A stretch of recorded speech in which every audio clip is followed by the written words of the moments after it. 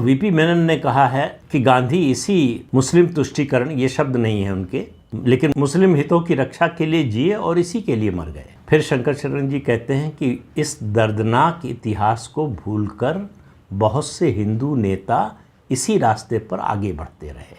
ये इतिहास की अवहेलना का परिणाम है। मुसलमान बड़ी चालाकी से इस्लाम को सबसे ऊपर रखे रहे।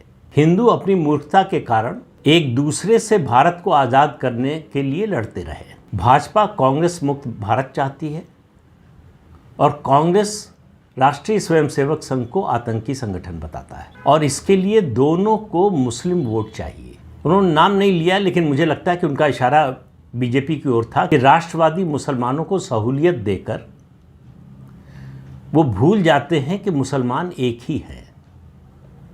मतलब उनका कहने का अर्थ मुझे लगता यह है कि इस आधार पर आप अंतर मत कीजिए कि कौन मुसलमान राष्ट्रवादी है कौन नहीं है, सारे मुसलमान एक ही हैं। जब इस्लाम का नाम आएगा तो सब मुसलमान इकट्ठा होंगे, एक होंगे।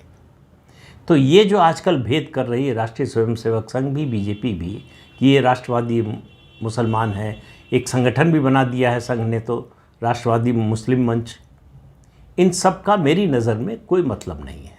मुसलमानों को समझने के लिए इस्लाम को समझना पड़ेगा।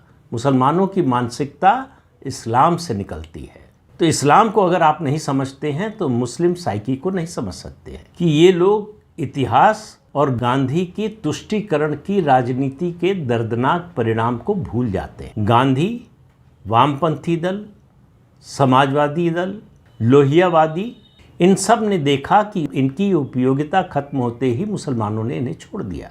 अब स्थिति ये है कि हिंदू और मुसलमान दोनों कांग्रेस को अपनी पार्टी नहीं समझते हैं, और फिर वो निष्कर्ष निकालते हैं सबका कि हिंदू लिबरल पार्टी से मुस्लिम तुष्टीकरण के रास्ते पर चलकर कांग्रेस हाराकिरी कर रही है, आत्मघात कर रही है।